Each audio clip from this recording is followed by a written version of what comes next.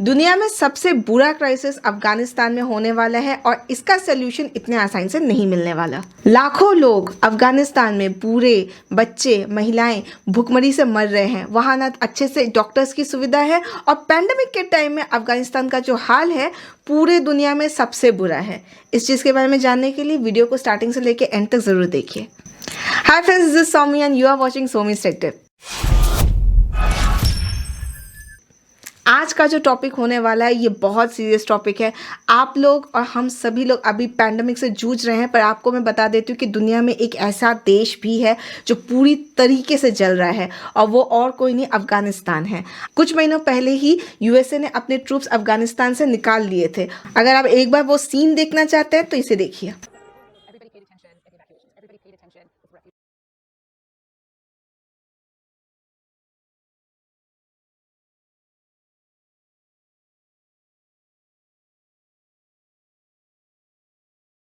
Pandemic के time Afghanistan में त्राही त्राही मच चुकी है। अफगानिस्तान का जो करेंसी है वो यूएस डॉलर के कंपैरिजन में बहुत ज़्यादा गिर चुका है। अफगानिस्तान का जो पॉपुलेशन है वो 4 करोड़ के लगभग है और इसमें से आधी जनता जो है वो पॉवर्टी लाइन में है। यहाँ पे 32 लाख बच्चे मैल न्यूट्रिशन के शिकार हैं।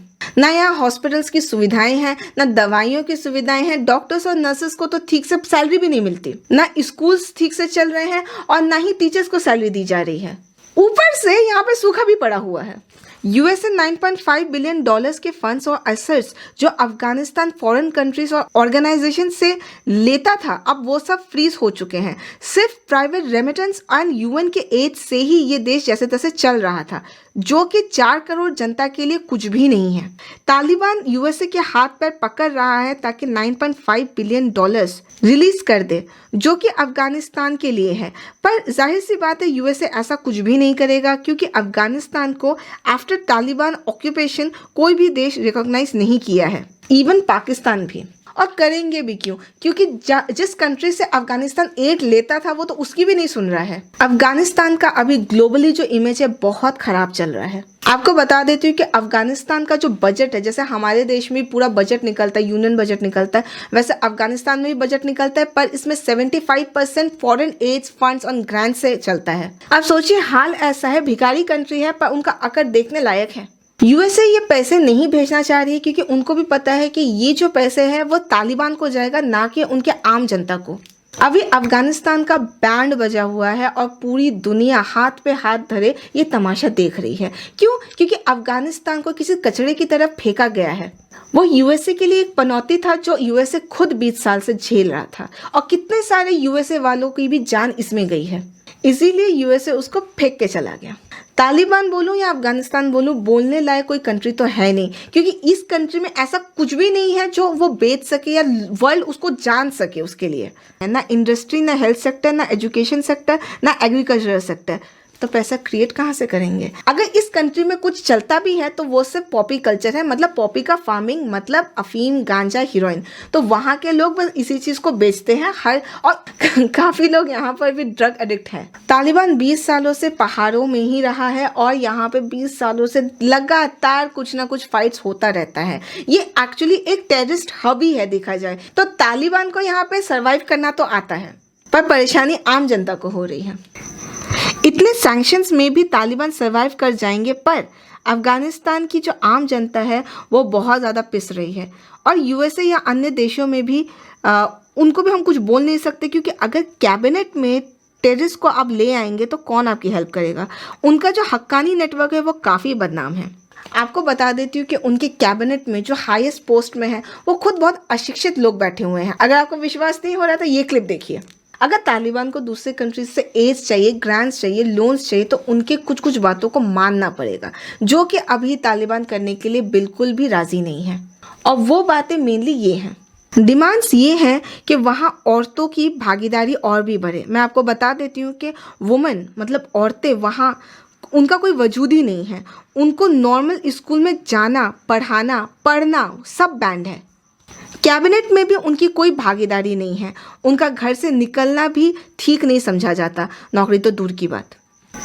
अब सोचिए, तालिबान इतने सालों से यही सिस्टम लागू किए बैठा है और आगे भी वो यही करना चाहता है। मतलब तालिबान 100 साल पीछे जा रहा है और अपने देश को भी 100 साल पीछे ले जाने की कोशिश कर रहा है। इतनी कट्टरता है उनके अंदर कि वो समझ ही नहीं पा रहे कि उनको आगे बढ़ना है, लेकिन यहाँ तो पैर इनके उल्टे ही जा रहे हैं। अब ऐसे माहौल में इंटरनेशनल एड्स देने में भी लोगों को खतरा लग रहा है, क्योंकि कोई इस फट्टे में पड़ना नहीं चाहता और उनको पता भी है कि जो एड्स और ग्रांट्स है वो डायरेक्टली जनता को तो पहुंचेगी नहीं, तालिबान वाले लोग ही ले लेंगे। इसीलिए वो भी डर रहे हैं अपना हाथ इसमें फंसाने के लिए।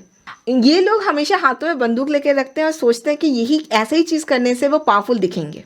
इवन कैबिनेट मीटिंग में भी आप देखिए, हाथों में बंदूक रहते हैं इनके। अब देश को ऐसे लोग संभाल रहे, तो आप सोचिए देश का फ्यूचर होगा क्या। तालिबान को चाहिए कि बाहर की कंट्री से सिविल सर्विस का जो सिस्टम है वो लाया जाए, ताकि एडमिनिस्ट्रेशन अच्छी तरीके से चल सके। अभी तालिबान का जो इमेज पूरे वर्ल्ड में फैल रहा है वो काफ़ी ज़्यादा बुरा है, एक्चुअली। तो इनको ये करना चाहिए कि मतलब ग्लोबली अपना इमेज ठीक करना चाहिए। इसके लिए इन्हें बाहर इंटरव्यूज़ पे देना चाहिए, मतलब अपने आप को बाहर दिखाइए कि अफगानिस्तान में एक्चुअली हो क्या रहा है। तालिबान का पब्लिक रिलेशन बहुत ज़्यादा बुरा है, इसको बहुत ज़्यादा इम्प्रूव करने की नीड है। यहाँ तालिबान को अकड़ दिखाने से कुछ नहीं होगा, क्योंकि देश के पास ऐसा कुछ भी नहीं है जिससे वो अपने आप को बचा सके।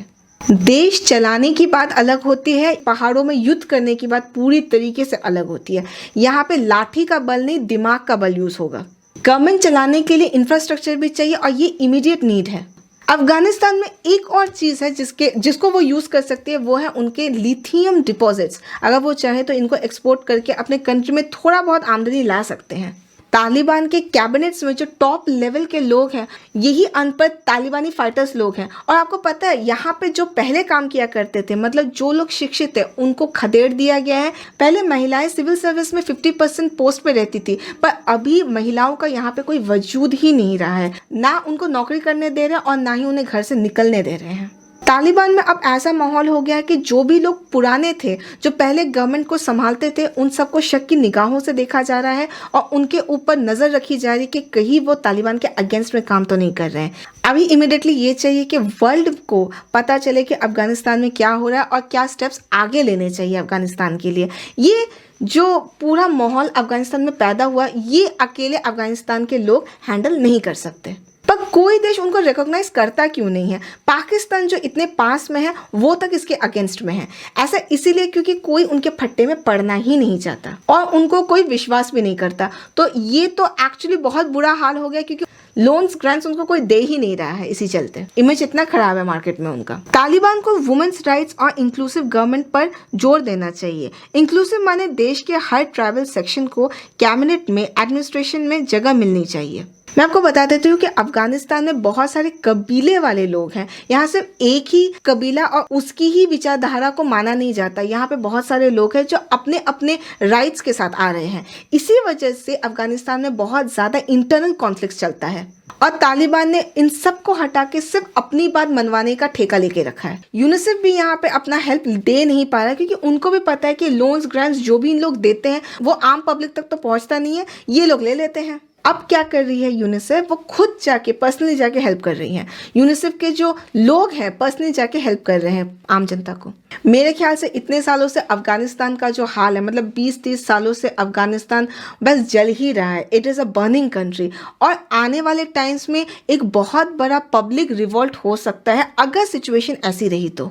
अफगानिस्तान के लोगों ने, खासकर गांव वालों ने, वहां 30 साल में सिर्फ तालिबान के हाथों बंदूकों की आवाज, मौत का खौफ और क्रूरता को ही देखा है। अभी वक्त है कि अफगानिस्तान अपने आप को स्ट्रांगली रखे और तालिबान अपने आप को बदले। पर यह बदलाव इतनी जल्दी नहीं आएगा। ऐसा इसलिए क्योंकि उनमें खुद में भी एकता नहीं है। अब देखते हैं अफगानिस्तान का भविष्य क्या होगा और ये पूरा का पूरा डिपेंड करता है तालिबान के ऊपर। पर क्या तालिबान अपने आप को चेंज कर सकता है? तो फ्रेंड्स, आई होप आपको ये वीडियो अच्छा लगा होगा। आई फील सो ग्रेटफुल कि हम इंडिया में रहते हैं और ये सब चीज़ें हमारे साथ नहीं हो रही हैं। अगर आपको ये वीडियो अच्छा लग रहा हो तो लाइक, शेयर, सब्सक्राइब ज़रूर कीजिए। अपने आप को वेल इन्फॉर्म रखिए और ग्रेटफुल रहिए। जिस कंट्री में हम हैं, हम बहुत ज़्यादा आज़ादी इंजॉय करते हैं। तो मैं मिलती हूँ आपसे अगले वीडियो में। तब तक के लिए खुश रहिए।